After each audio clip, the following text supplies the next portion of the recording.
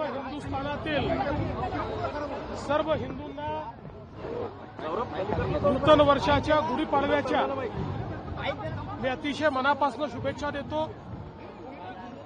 आजचा दिवस आपण सगळे साजरा करतो आणि नागपूरमध्ये ही अतिशय चांगली शोभायात्रा संदीपजी आणि सर्व आमचे मित्र या ठिकाणी काढतात।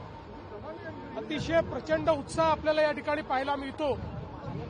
मोठ्या प्रमाणात पारंपरिक वेशभूषेमध्ये सर्व माता भगिनी बंधू मुलं हे आपल्याला पाहायला मिळतात। साहसी खेळ आपल्याला याच्यात पाहायला मिळतात।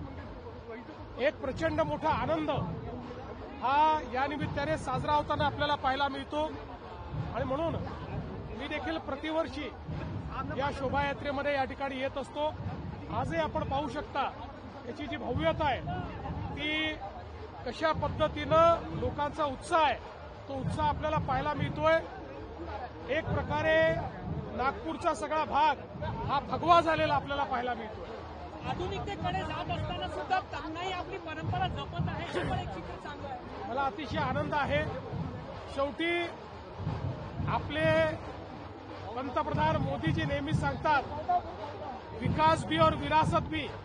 ही विरासत म्हणजे आपली संस्कृती आहे, त्यामुळे आधुनिकता जवळ करायची आहे, पण जे आपलं मूळ आहे जी आपली संस्कृती आहे ती मात्र आपल्याला जतन करून ठेवायची। नवीन वर्षाचा काय संकल्प आहे? नवीन वर्षाचा संकल्प हा एकच आहे, आपल्या महाराष्ट्राला पुढे न्यायचंय। महाराष्ट्रातल्या प्रत्येक व्यक्तीच्या जीवनात सकारात्मक परिवर्तन करायचं। देखिए, मुझे बहुत खुशी है कि आज हिंदू नववर्ष पर गुड़ी पाड़वा के इस पवित्र दिन पर मैं इस शोभा यात्रा में उपस्थित हूं।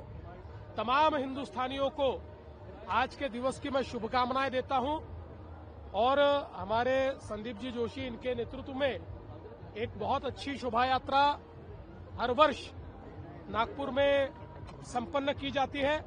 आप देख सकते हैं जो उत्साह है, नागपुर भगवा हो गया है और साथ साथ पारंपरिक वेशभूषा में हमारे सभी आयु के लोग इसमें शामिल है और एक बहुत सुंदर इस प्रकार का ये दृश्य हम सब लोग मिलकर यहां पर देख सकते हैं। आता जर कर्जमाफी ऑलरेडी जाहीर केली आहे तर चांगलं गेलं पाहिजे, पण संकट येत असतात। एवढंच आहे, संकटामध्ये ईश्वरी पाठीशी आहे आणि ईश्वराच्या आशीर्वादाने आम्ही पाठीशी आहोत। केंद्र ने एडवाइजरी जाहिर की है एलपीजी को लेकर, क्या कहेंगे? नहीं, अभी जो कल तक थी वो मुझे मालूम है, आज कोई जाहिर की होगी तो देख के बताऊंगा।